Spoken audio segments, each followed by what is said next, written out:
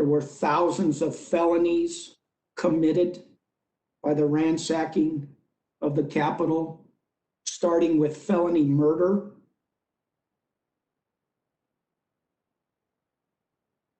And it breaks my heart that we're here today. And, you know, I am somewhat consoled, Mr. Jordan, by your statement that Joe Biden won the election and he will be inaugurated next week. And as somebody who came in with me, I would ask, please repeat that and repeat that and repeat that, sir, to avoid the trouble that we all see brewing over the course of the next week. And we're not here to invoke the 25th Amendment against any members of Congress. Those that chose to object, they objected. But we're here to say that Congress believes, even in these waning days of this administration, that the president is not capable of discharging his duties for the people, for all of us. And I know I wasn't in the middle of the chamber or in the gallery. I was in my office waiting to come to the floor because we've got COVID as a background to all of this.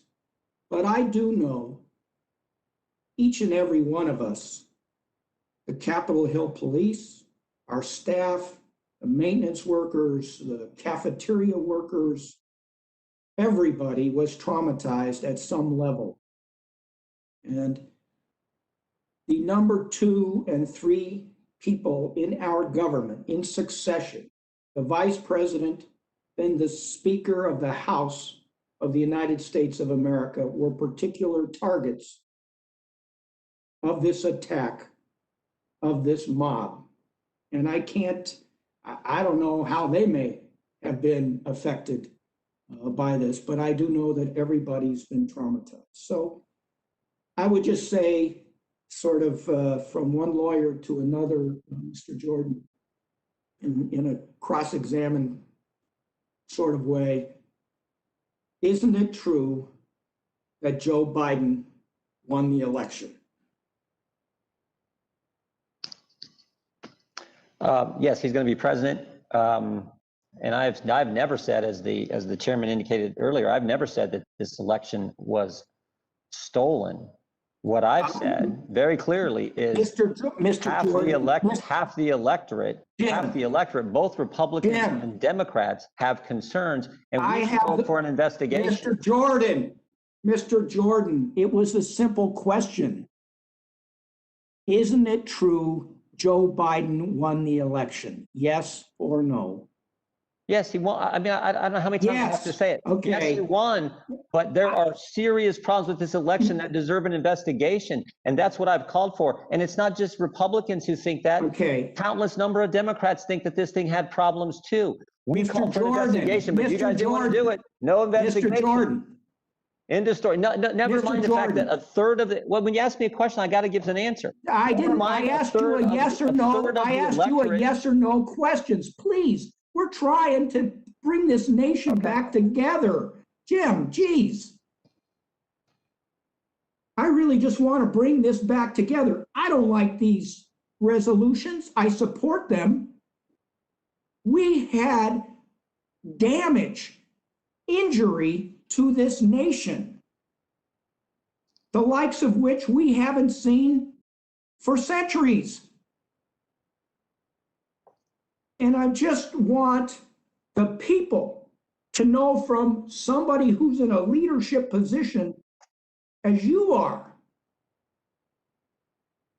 that Joe Biden won the election, Kamala Harris won the election, their president-elect, vice president-elect, and they will be inaugurated into the position of president and vice president on January 20th. You know who said that? You know who said that? Okay. The President of the United States has said that. Okay. It's going to happen. Then There's going to be a peaceful transfer of power. But you guys, that's all. you guys That's don't all I focus on want. uniting this Look, country. You want to impeach the president. You want to look at the 25th Amendment. The President of the United States has been clear. Mrs. Lesko can ask you questions, and you can add if you want. We've got. Look, I'm not trying to bark at you. Well, you could have fooled me. I'm not barking at you. I just need to have a declarative statement from you so that we can potentially get through the next week without more violence. Okay. That's all I'm asking you.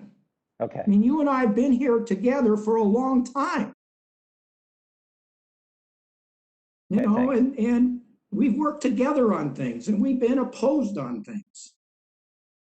That's true. I appreciate it. Thank you. And you know, I think we have a responsibility that rises above so many things to let people know that, yeah, we can work together, and we do work together.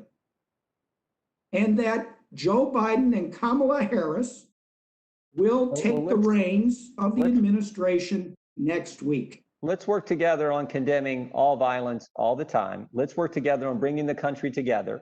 Let's work together over the next week through this transition, as our country has always done. Let's work together on that. That's the right attitude. And that's the attitude I have. And I think that's the attitude the President of the United States has. So let's focus on that. To the gentleman from Ohio, I'm with you. Okay? We've worked on a lot of things. We've been in a lot of hearings. We've done it. We've been colleagues now for 15 years. Thank you.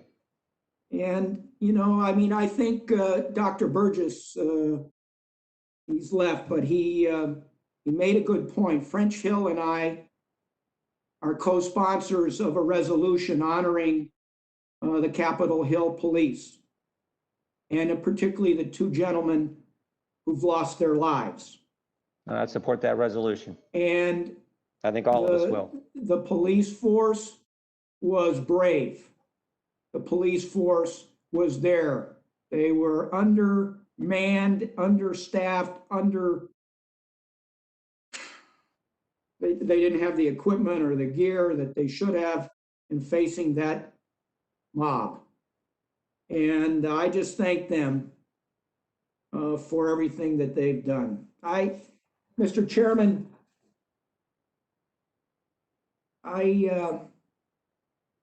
democracies are very fragile institutions, and they require the work of every citizen, the dialogue and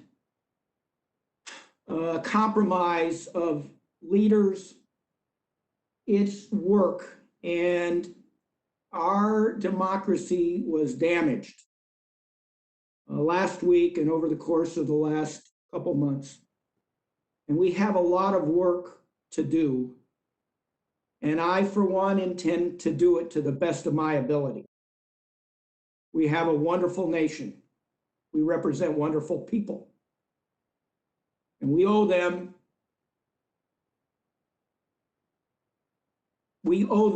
to do our best in working together to bring about this peaceful transition of government next week, and to continue to work on their behalf, whether it deals with COVID or infrastructure or the climate or, you know, election integrity, whatever it may be.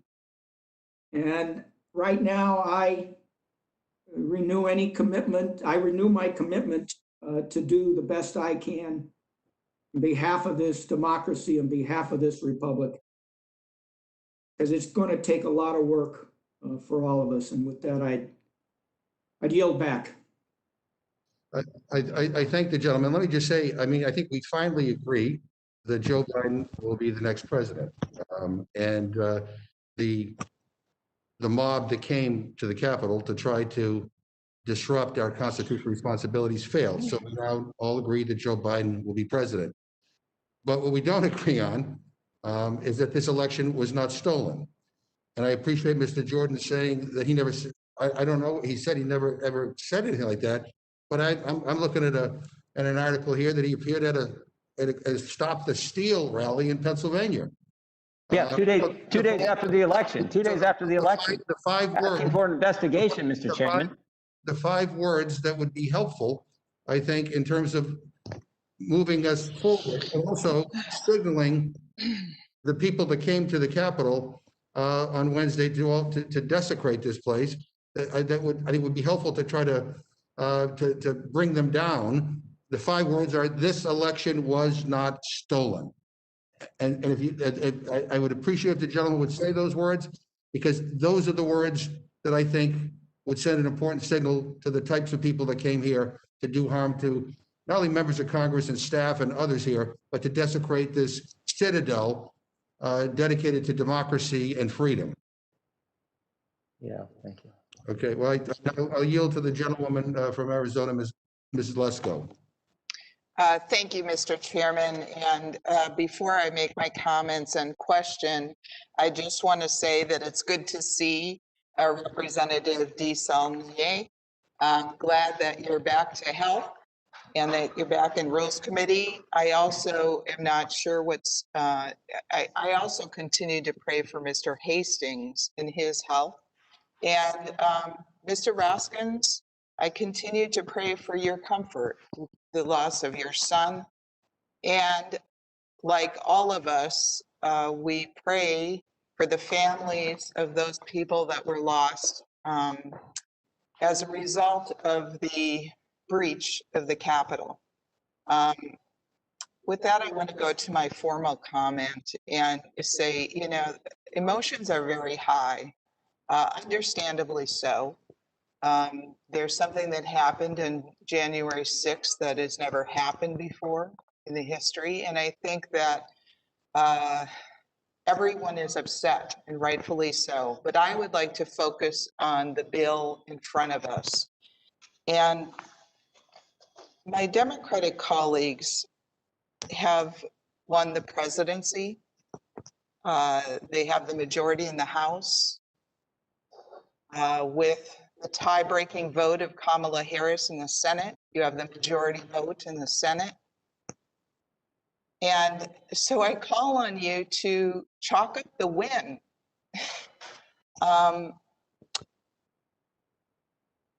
Instead, I'm very concerned about this bill and the pending impeachment bill. I really do believe that you pushing this is going to further divide our country, further the unrest, and possibly incite more violence. On this 25th Amendment bill particularly, I agree with Representative Cole.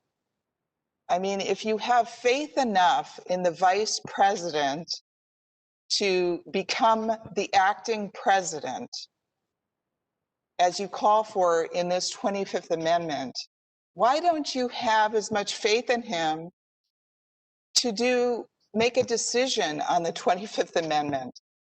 It just doesn't make sense to me. So I call on my Democratic colleagues.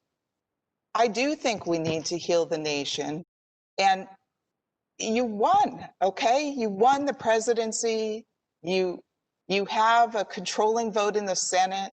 You have a majority in the House. Why continue this? It's just going to cause more divisiveness. I really honestly do not understand. I call on you to just chalk up your wins and let's move on. In like a little more than a week, President, Biden will be the president. So please, let's just move on and heal our country. And with that, I yield. Well, no, I don't yield back. I actually asked Mr. Jordan, since he was trying to say things and would get interrupted sometimes, do you have anything more you would like to say?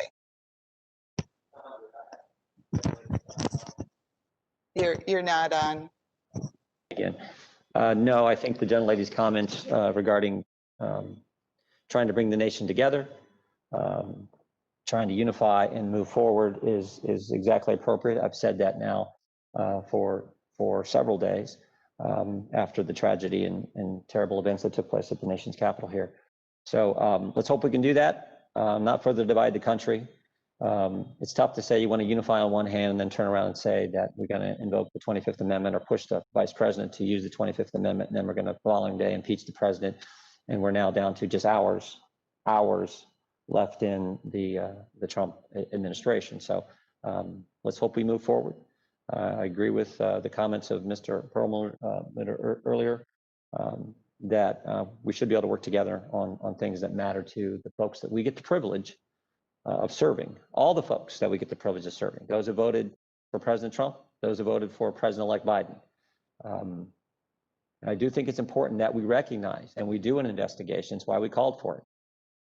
There are voters on both sides of the aisle, 80 million of them, who have doubts about how this election was conducted.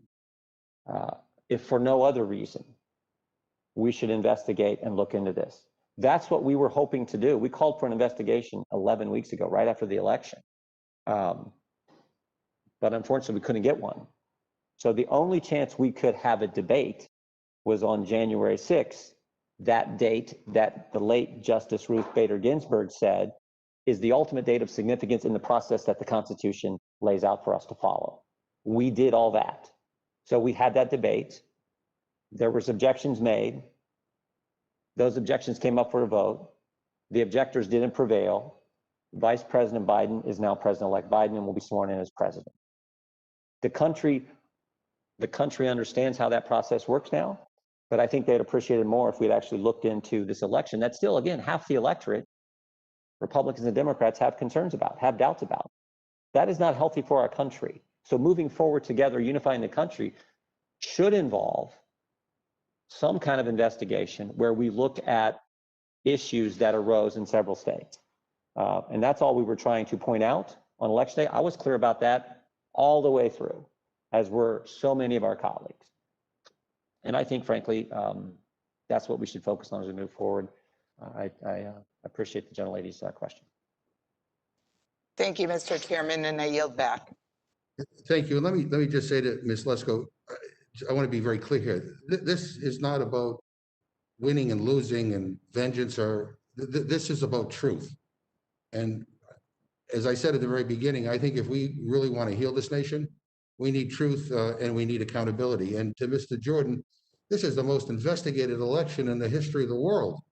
I mean, recount after recount. Not by Congress. Not by Congress. The recount. And There's been one hearing in Congress.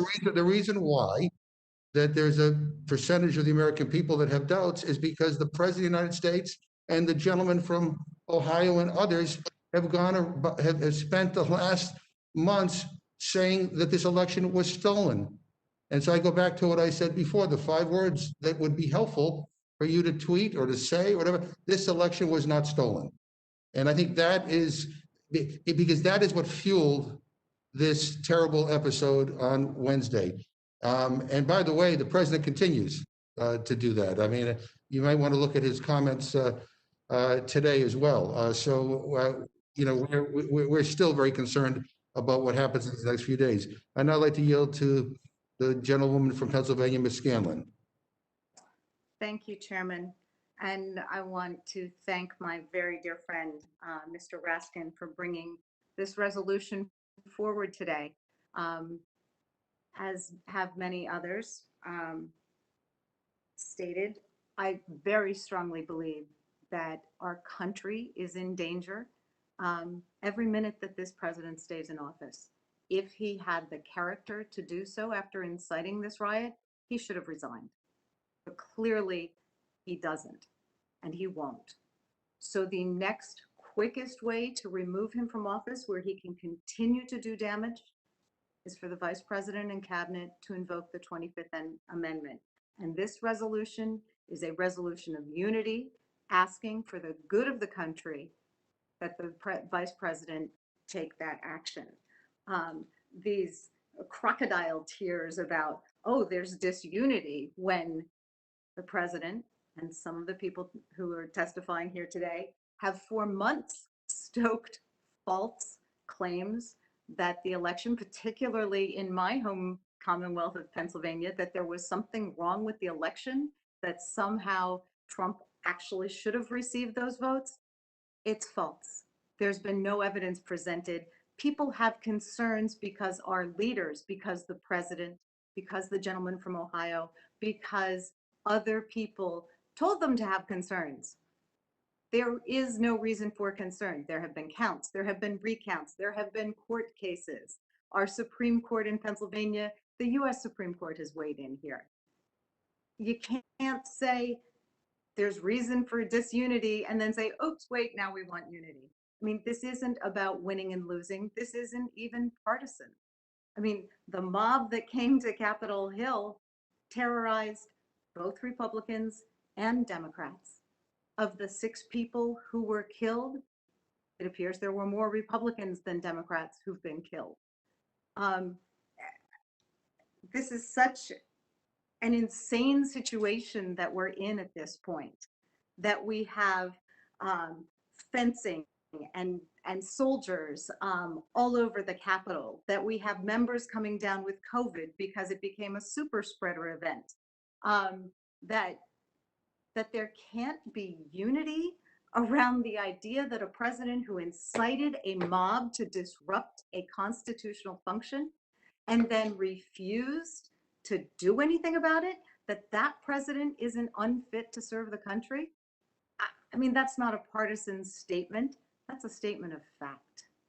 So we would like to support the vice president, and if he's not considering it, to urge him to reconsider that he invoke the 25th Amendment for the good of the country, to prevent any further damage from being done between now and January 20th.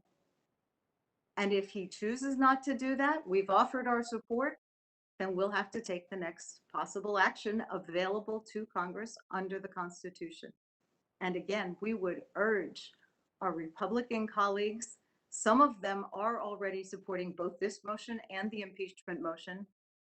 We would urge them in unity and for the healing of the country to join us, because there really isn't another rational solution. And with that, I yield back. Thank you very much. I'm now happy to yield to our newest member, Representative Reschenthaler. And welcome to the committee. I wish we had an easier matter to talk about than this, but anyway, welcome nonetheless. We're happy to have you. Well, thank you, Mr. Chairman. I truly appreciate it, and it is really an honor to be here. I just want to say that I'm very thankful to Leader McCarthy and for Ranking Member Tom Cole for placing me on the committee.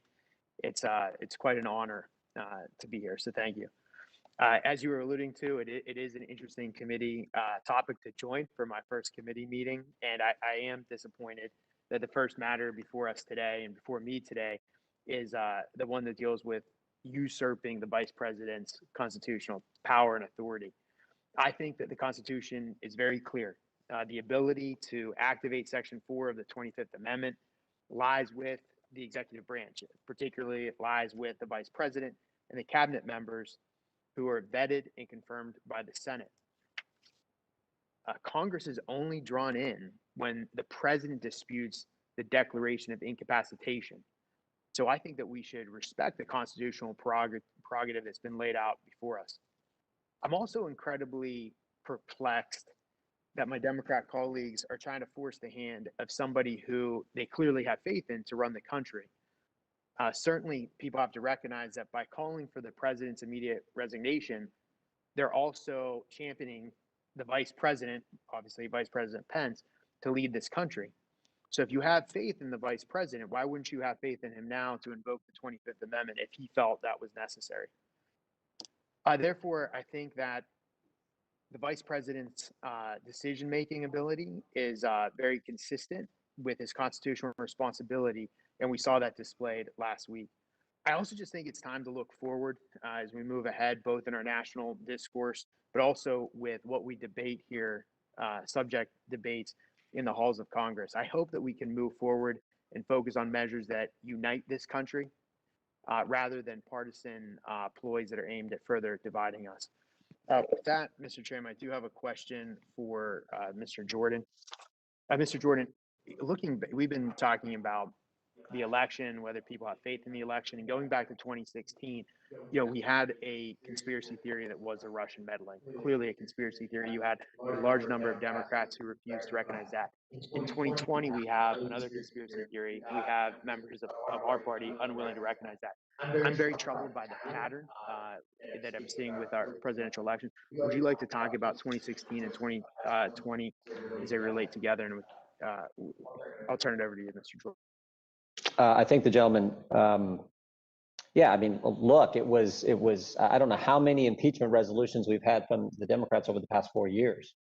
We had, I think, my memory serves me right, during the impeachment of a little over a year ago, we had 16 members on the Judiciary Committee, 16 Democrats, who were on record supporting impeaching the President of the United States before President Trump ever had the phone call with the President of Ukraine, which was supposedly the catalyst for the impeachment exercise we all went through. So this is just, it's been unfortunate, but since day one, I think it's interesting. January 6, 2017, Democrats objected to more states than Republicans objected to last week. And that was all fine and dandy. But last week, we object to states, and somehow you can't do that.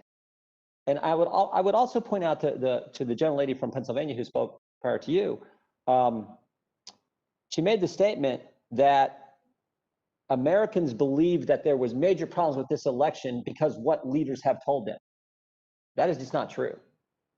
That is just not true. They didn't need anyone to tell them that there were problems with this election. They instinctively understood that there were real concerns with how this thing played out. I mean, we still have a race for one of our colleagues. What's it been, 11 weeks? They still haven't decided the winner. They found ballots in a desk drawer in the New York congressional seat that's still undecided. A couple days in a row, Shazam, here's some ballots. So Americans, they don't need leaders to tell them what their gut already tells them, what they already instinctively know. That you had, for the first time in history, a sitting president get more votes than he got the previous time, but comes up short. Not just a few more votes, 11 million. You got a president guy running for re-election who wins Ohio by 8, Florida by 3, Iowa by 8, and somehow loses, who won 19 of 20 bellwether counties, who had tremendous coattails we see as evidenced by what happened in the House of Representatives where Republicans picked up so many seats. So they instinctively knew there was a problem. They didn't need anyone to tell them. What we should have done as leaders is looked into it, which is what I called for right away. Right away. I never once said that this thing was stolen. I said there were major problems. And when you got a third of the electorate who think it was stolen, that is not a healthy situation for our nation. And we as leaders in Congress, instead of just saying, oh, no, we'll let courts dismiss these cases on procedural grounds, we're never going to examine the evidence, we should have dug into it. We have a letter that Mr. Comer and I, as ranking member of Oversight Committee, ranking member of Judiciary Committee, sent to our counterparts, Chairman Nadler and Chairwoman Maloney, asking them to do just that. That would have helped the country. That would have helped satisfy the country. If we'd have gotten it, we'd have figured it out one way or the other. Nope, can't do it. My guess is, I hope there's been a change of mind. I hope we can do that now. Talk about this, the concern. We put out a report back in September saying, when you go with mail-in balloting, there will be problems. And guess who we cited? We cited former Democratic President Jimmy Carter and James Baker, a bipartisan report that laid that out. Democrats don't want to look at all that. Nope, can't do it. Even though over a third of the electorate think this thing was wrong. That's the problem. So I wish Democrats for 4 years have been out to get the president. I mean, it started with, well, no, they started before he was even president with the investigation into his campaign in July of 16. And then it was the Mueller investigation. Then it was the impeachment. And now it's impeachment second round. And it's unfortunate. We should just be investigating all the rule changes that were made at the last minute in these several states in an unconstitutional fashion that I think created this uneasiness that the American people have about the election. Thanks, Mr. Jordan. I appreciate it. And again, Mr. Chairman, Ranking Member Cole, I'm honored to be here. I look forward to working with everybody. With that, Mr. Chairman, I'd yield back. I thank the gentleman. And can I just urge everybody who's not talking to be on mute so there's not an echo? And I also want to state for the record that last week's attack may not be a one-time event. And I ask unanimous consent to insert into the record a report entitled FBI warns armed protests being planned at all 50 state capitals and in Washington, D.C. There are still serious concerns about another attack here in Washington, D.C. and in every corner of this country because of the lie election was stolen. And again, I would just say, Mr. Jordan, I think for the sake of the country, it would be helpful if you would simply state for the record that this election was not stolen. Those 5 words, I think, would go a long way to dissuading some of these people who frankly are misinformed and who were taken in, that they should, that the truth is clear, that this election, not only is Joe Biden going to be the next president, but this was an election that was not stolen.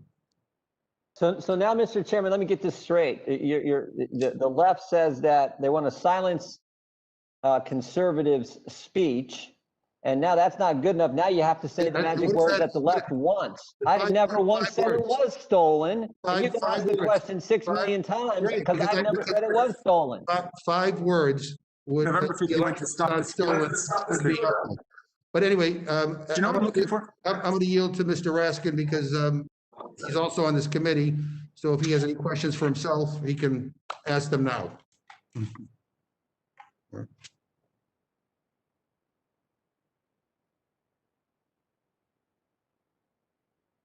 I don't think he's on. I think he's. Jamie, you have to unmute. Mr. Chairman, I'm afraid we've begun to hear repetition of the very same lies and deceptions about the election that got us into this nightmare in the first place. The Department of Homeland Security described this as the most secure election in American history.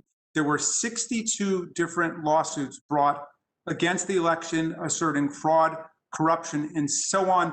None of them found any fraud or corruption substantively. There was one suit that succeeded by the president, affecting fewer than 100 votes, but 61 of the 62 other cases were thrown out of court, not just on procedural grounds, as Mr. Jordan slipped in, but on substantive grounds. And I'm going to enter into the record a number of decisions by Trump-appointed judges who said that all of the assertions by the president were not grounded in fact or in law. And in case after case, you can see rejection and repudiation of all of the same things that we continue to hear said today, even after a mob of violent insurrectionists staged a gallows outside of the Congress and chanted, "Hang Mike Pence," even after they tried to force Mike Pence not to do his job. Even after 5 people are dead, we continue to hear these lies and slurs about the 2020 presidential election. Mr. Jordan takes us to task for railing against the lawless behavior of the president since he came into office. And I suppose I feel an analogous disappointment that he will go to the ends of the earth defending the lawless misconduct of this president. Is there anything the president could do that would cause Mr. Jordan not to defend him? But that's just a matter, I suppose, of personal curiosity. Look, when he says that the only rejection of their lawsuits were procedural, he is flat out wrong. And I'm going to have somebody count up all of the substantive rejection and repudiation of the very lies that are being told and repeated today.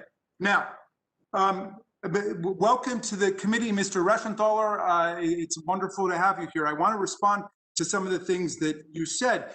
You began by asserting that this resolution usurps the powers of the vice president. And I suppose you know you're speaking in a completely hyperbolic way.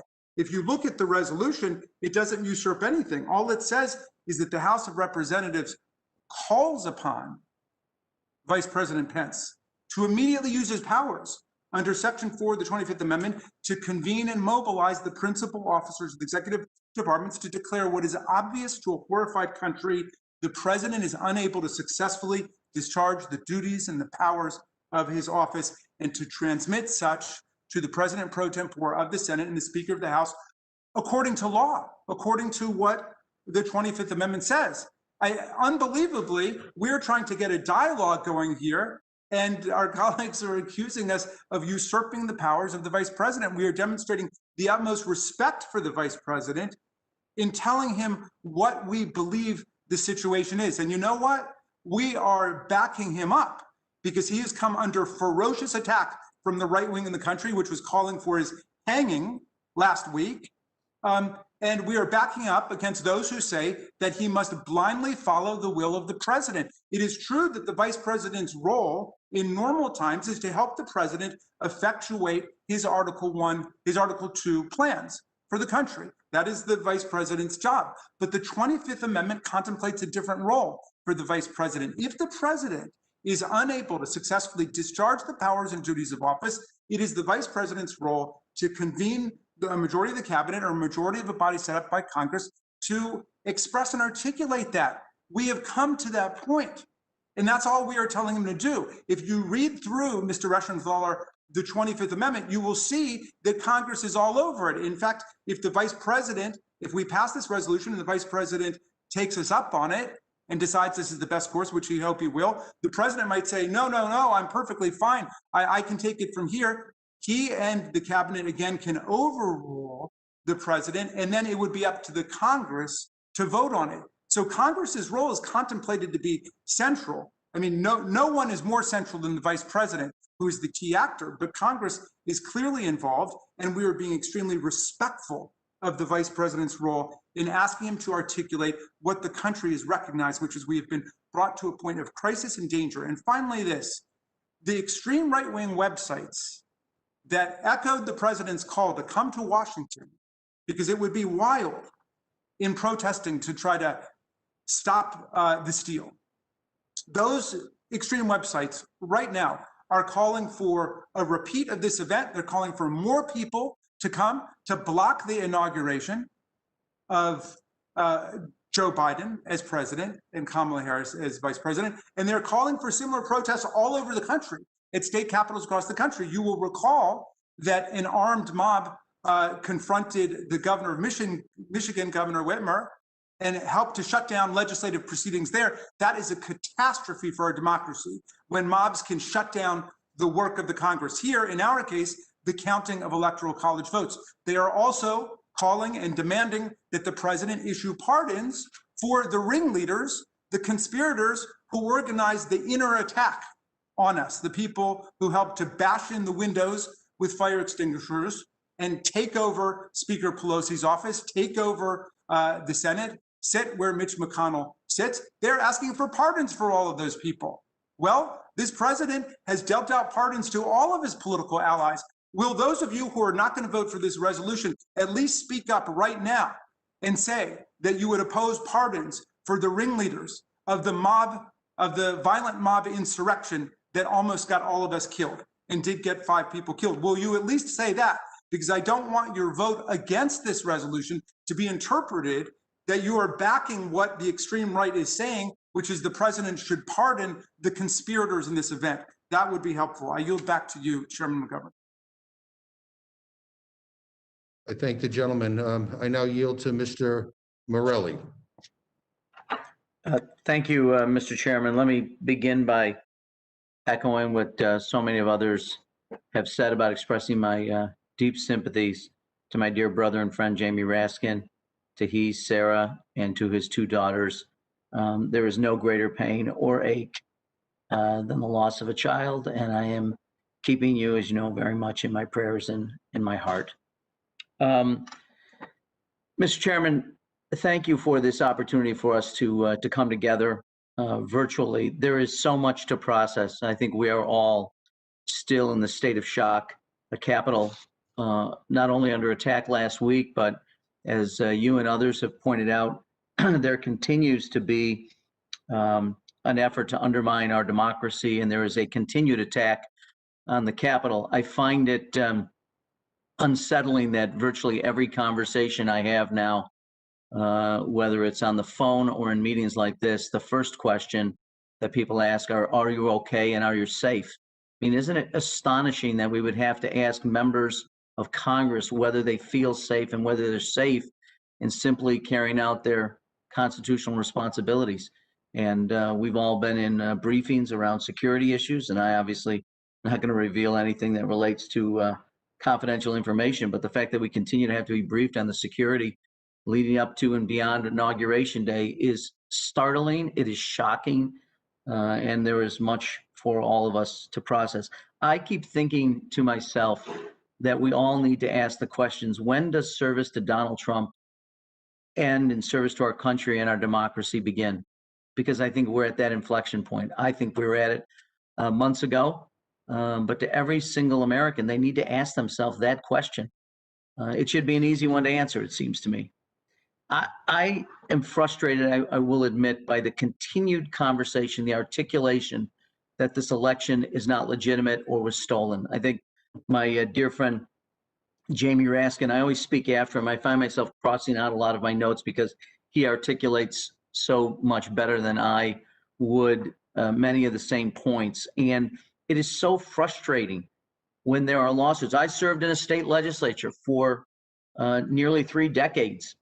And we often state legislatures delegate responsibilities to boards of elections and to secretaries of state, things that are part of the statutes that we pass at the state level. And then to make certain that those statutes are carried out appropriately, we turn to the courts to make judgments on whether the laws have been violated. There is clear, compelling evidence that this election was legitimate, was fair, and record numbers of voters throughout America participated. I find it odd to suggest that somehow the election would not be appropriate because the sitting president got more votes than any person in history, other than Joe Biden, who was elected president with a plurality of over 6 million American votes. And leadership matters. The fact that there are so many Americans now questioning the legitimacy of the election has nothing to do with their insights on the election. It has everything to do with people who continue to undermine it in the national media, on social media, repeatedly, over and over and over again. It is foundational to this democracy. I've been involved in a lot of elections in my life as a candidate and as many of you, as a person helping other candidates. On a personal level, I've won a lot more elections than I've lost, and I'm grateful and I'm blessed that that's the case. But I've been involved with a lot of campaigns on the losing end. And what I've always said to my friends, and I was the party chairman back home for a number of years, when the people speak, we are done. The campaign is over. If we don't believe in that, if we don't come together around that single fundamental issue, we have nothing. There is no democracy, there is no republic, there is no America. It relies on our ability to accept election. The election was not stolen. Those 5 words need to be said over and over and over again. Less important that it be said by Democrats, more important that it be said by Republicans. This election was not stolen. America will bend, but it will not break, and our democracy will not be undermined. With that, I do want to ask a question of Mr. Raskin. Much has been said about the question of unity versus accountability. Are these mutually exclusive? Is this a binary choice that we're left with the question that the only way we can find unity in America is by not carrying out responsibilities for accountability and oversight? Is that the choice that we're left? Is there no way?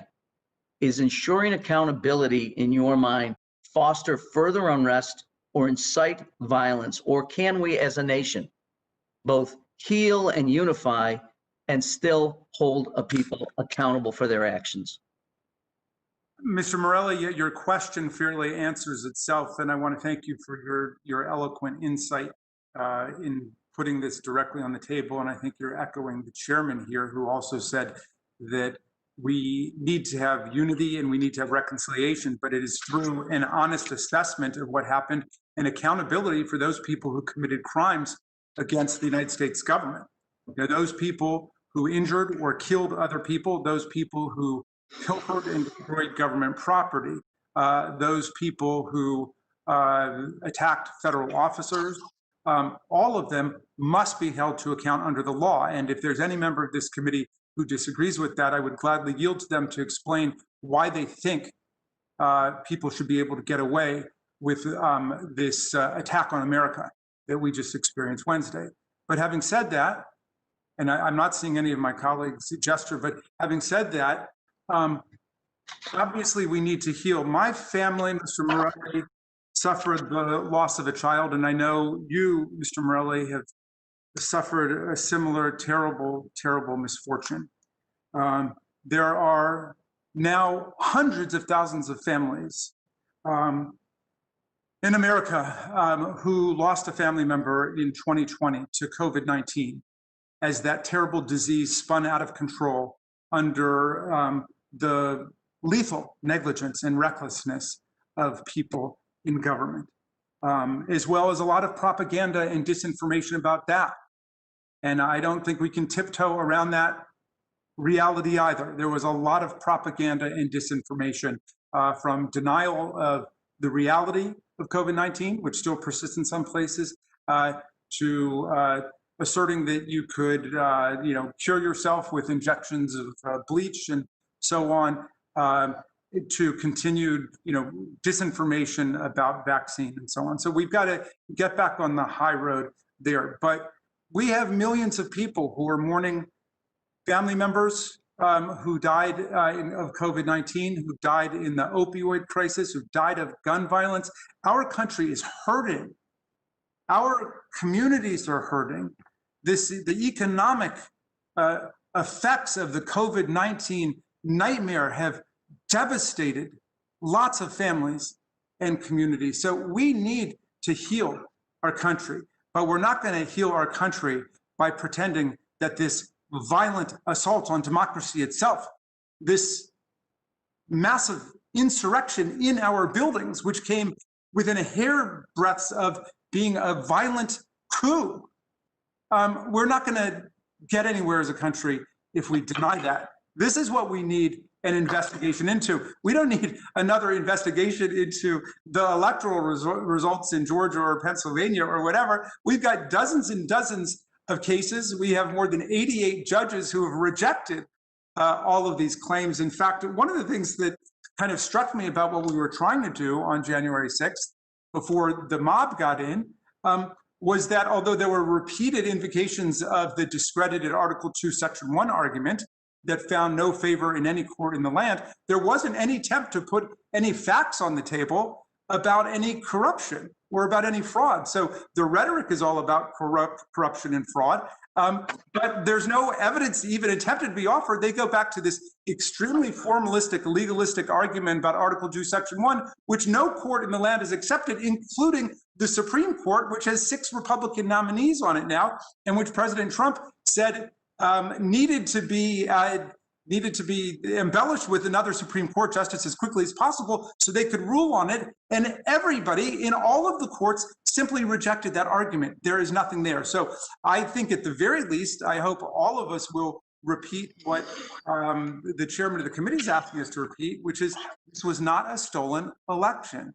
This was a valid, honest election. But we did experience something real for the first time since at least the War of 1812, which was a violent mob insurrection and attack on legitimate authority in the United States of America. And I hope that every member of this committee will at least perform the mental thought experiment of turning the political parties around and imagine that the president that you dislike the most of the opposite party coaxed a mob, advocated to a mob, incited a mob to commit these kinds of acts.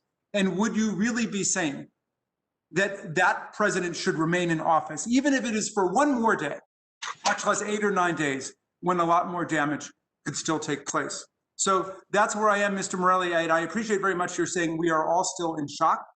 We are all still in trauma. And so, forgive us our trespasses if we are not thinking clearly. We have to do our best to keep together. And I thought that this resolution was something that would be unifying for Congress to get all of us together, not to transfer power to Joe Morelli or Nancy Pelosi, but to transfer power to Vice President Pence under the 25th Amendment of the Constitution, Section 4. Well, I appreciate very much the answer. I do find it ironic that it is not divisive in some people's mind to question the election, but it is to question the insurrection.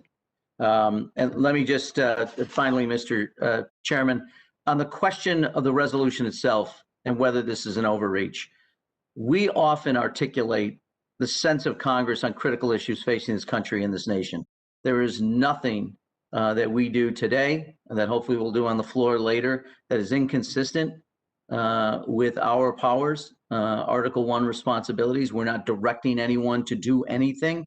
We're simply expressing our belief that the 25th Amendment ought to be invoked, that it is in the interest of the American public and the interest of world security, that this is in keeping with our Article 1 responsibilities, and that we believe that there are clear and present dangers to this country.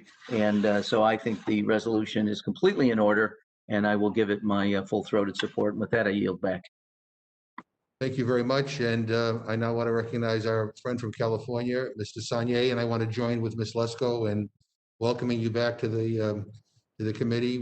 You've been in our thoughts and prayers for the last several months, but you look great. We're thrilled to have you back. And so welcome back, and the floor is yours. Thank you, Mr. Chairman. Thank you for your kind words. To the ranking member, thank you as well for your support to me individually in the last year. You're good people, you're good men, and although we often disagree, I have nothing but respect and affection for both Chairman McGovern and Ranking Member Cole. For my colleague, Jamie Raskin, the admiration I have for you in your presentation today, what you've been through, and most importantly, the grace and the responsibility that you have demonstrated in your job and in your personal life, in your wife and your family, having had behavioral health history in my family. I know how difficult this is, but I also know the road to recovery in this instance, which I'd like to talk about more in another instance, is honesty. And that what happened to you, as tragic as it is, as a tragedy that happened to my family, is part of life. And the way to recovery and healing is accepting that and helping other people to not go through the tragedy that you experienced. So thank you so much for being who you are. And today, we both history buffs.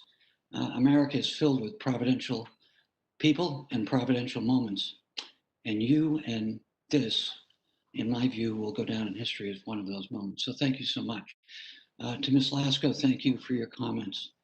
And just briefly, I can't help but say with all affection, respect, and honesty, how incredulous I have been since Wednesday. And I am more now.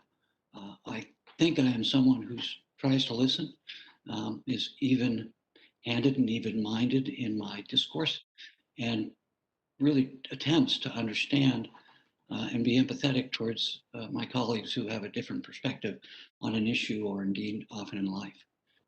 What we are talking about today, why we are here today, although there's lots that experts and we will reflect on of how this happened, how we got here, but we wouldn't be here with this resolution in the Rules Committee today if not for what happened Wednesday.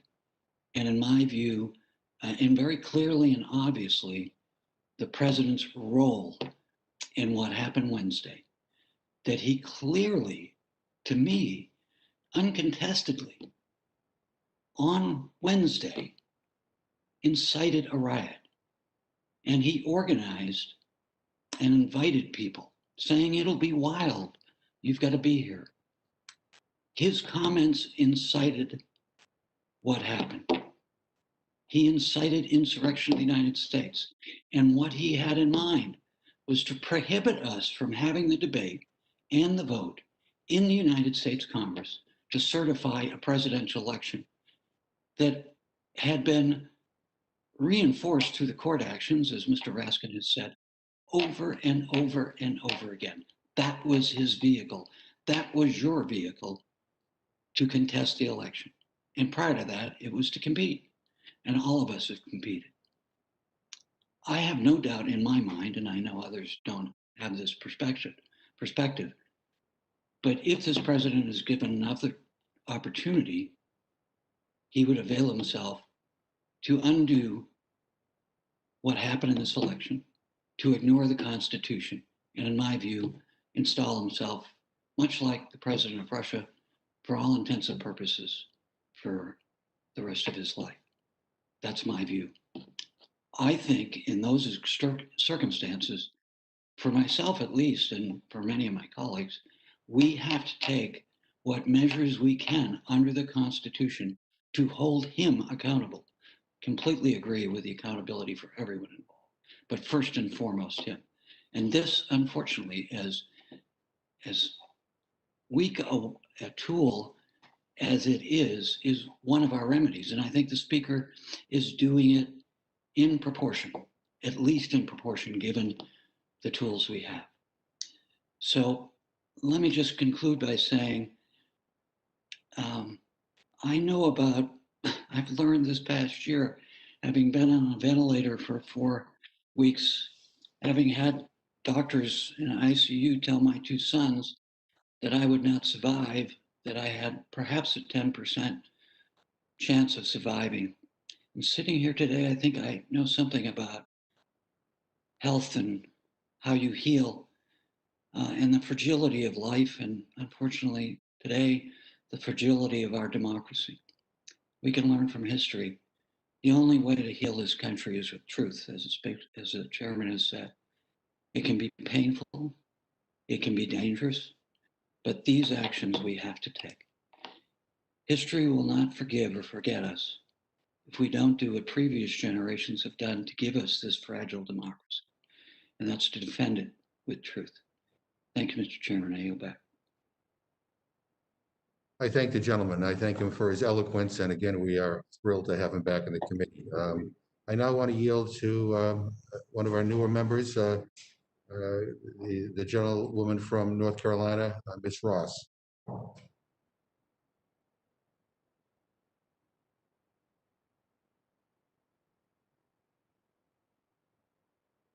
think you need to unmute.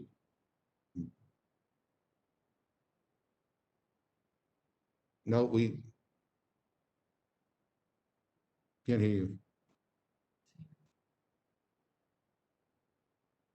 Down at the bottom of your screen.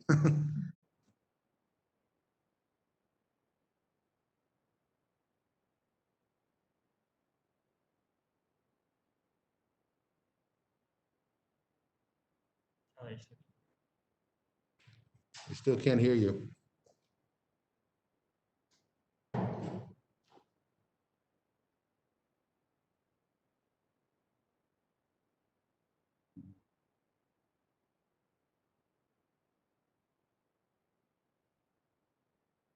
Let's see.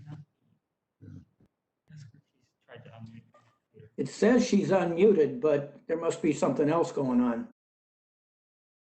Yeah.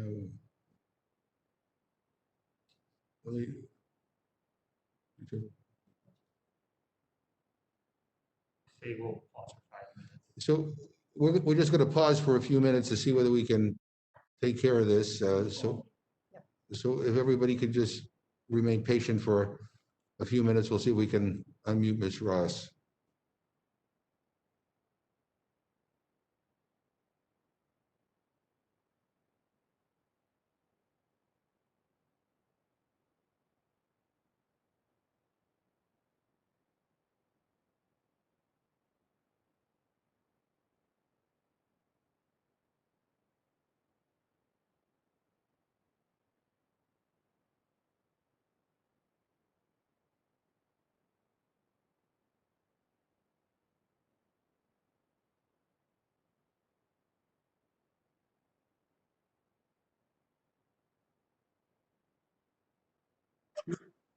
Mr. Chairman, Yes, could I use this as an opportunity to introduce two decisions into the record? absolutely. One is a Third Circuit decision, the Trump versus Wisconsin Election Commission, and the other is Trump versus Pennsylvania. In the second circuit, in the Seventh Circuit. Okay, and in both of these cases, President Trump lost on the merits. This is just to refute the assertion that they lost only on standing and procedural grounds.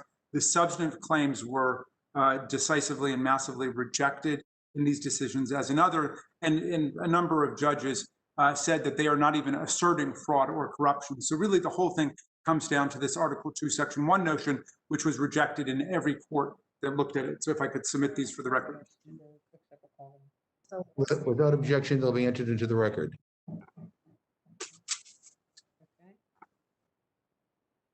Mr. Chairman, can you hear me now? Yes, we can. So I'm now happy to yield to the gentleman from North Carolina.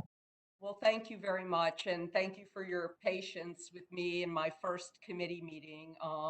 It's an honor to serve on this committee and get to know the rest of the members. And to Congressman Raskin, my heart goes out to you, and I am so in awe of your strength and your courage, particularly during this horrific week for all of us. And so thank you for your leadership. And I will be honored to support your resolution. I didn't think I was going to have this first week in Congress, as my colleague probably didn't think either. And it's been a tragedy for this country, and we will have to heal. But before we can heal, we have to take our roles very, very seriously. This resolution is about whether or not the current president can exercise his duties in a responsible way for the rest of his term. It's a forward-looking resolution based on two things: how he behaved in the past, which I think we all can agree was in violation of his duty to this country and in violation of the safety and the sacredness of this Congress and this Capitol. He incited violence. There is no question about that. We have only his words to look at. The question now going forward for this resolution is whether he should remain in office for the rest of his term, or whether the vice president is better suited to close out the presidency. And I think without question, particularly because of the admirable performance of Vice President Pence on January 6th and into the morning of January 7th, he is much more suited to carry this country through the next week and into a next presidency. What we do not know is what Donald Trump will do in the interim. And that is the reason that we are calling on the vice president to take action. We simply do not know. What we can do is look to the past, where we have seen him incite violence, use untruths to try to undo an election that clearly he lost. But what he might do going forward is the fear. And that is why we need to take action. And that is why we need to show the support for the vice president and the cabinet in taking action. Now, we've heard from press accounts that the vice president isn't likely to do this, and we heard about a meeting. If we tell the vice president that we have his back and that we, like he, care about the people of this country, about our democracy, and about the peaceful transfer of power, that's a resolution worth voting for. and I will be proud to vote for that resolution. We cannot predict this president. He could do anything. And while he is unable to use his duties and powers to the fullest and consistent with the Constitution, there are others who see our weakness. There's simply no time to spare. And with that, Mr. Chairman, I yield back in full support of this resolution.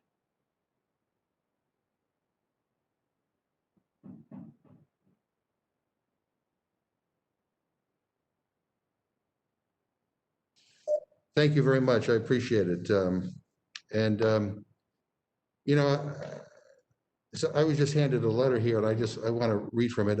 You know, what we're doing today is we're just asking members to have the courage to speak the truth. And we've already seen some members on the Republican side have the political courage to vote against the baseless objections on January 6th. And we have also seen some Republicans come forward and condemn the president's dangerous actions and words. And I thank those members who have been particularly vocal in speaking out.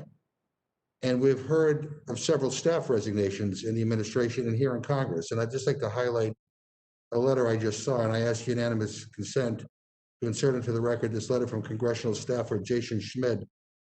And I quote from his letter. He's a staffer on the Armed Services Committee, a Republican staffer on the Armed Services Committee. And I'm just going to read a couple of excerpts. He said, "The sad, incontrovertible truth is that the people who laid siege to the Capitol were and continue to be domestic enemies of the Constitution of the United States. A poisonous lie that the election was illegitimate and should be overturned inspired so-called patriots to share common cause with white supremacists, neo-Nazis, and conspiracy theorists to attack the seat of American government. Anyone who watched those horrible hours unfold should have been galvanized to rebuke these insurrectionists in the strongest terms. Instead, some members whom I believe to be leaders in the defense of the nation chose to put political theater ahead of the defense of the Constitution and the Republic." It's a long letter, but I'm just a couple of more lines from here. He says, "Foreign intelligence services were likely on the scene and will certainly capitalize on the crisis it caused. Our people will pay a steep price. Congressional enablers of this mob have made future foreign conflicts more likely, not less." He says, "These extremist influences are a grave threat to our ability to defend the nation, and they must be expelled from the force immediately. I deeply regret some members may no longer have the credibility needed to accomplish this work. All of our words and actions in the coming weeks and days will reveal those who believe in defending the Constitution and those who stand only for self-interest and sectarianism. There can be no reconciliation and healing without accountability." And I'm going to put the entire letter in the record, but it goes back to where I began and why those 5 words are so important, that this election was not stolen, because that is what the president continues to say. On January 3rd, he said it. On January 3rd, he said it. And he continues to say it. And as long as he says it, that is a signal to people, for whatever reason, who support him. They believe him. I mean, that is what motivated that mob on Wednesday. And it's not based on any fact. It's a lie. And so I just, again, I mean, I know it's difficult to take issue with the president for some, but he is not helping deal with this current challenge. And I would just hope at some point that we could all agree that words matter and that those words will be reiterated by everybody, Democrats and Republicans. Does any other member of the committee wish to ask a question? Seeing none, I would like to thank our witnesses for their testimony. You are now excused. Are there any other members who wish to testify on HRes 21? Seeing none, this closes the hearing on HRS 21. Without objection, the committee stands in recess, subject to the call of the chair.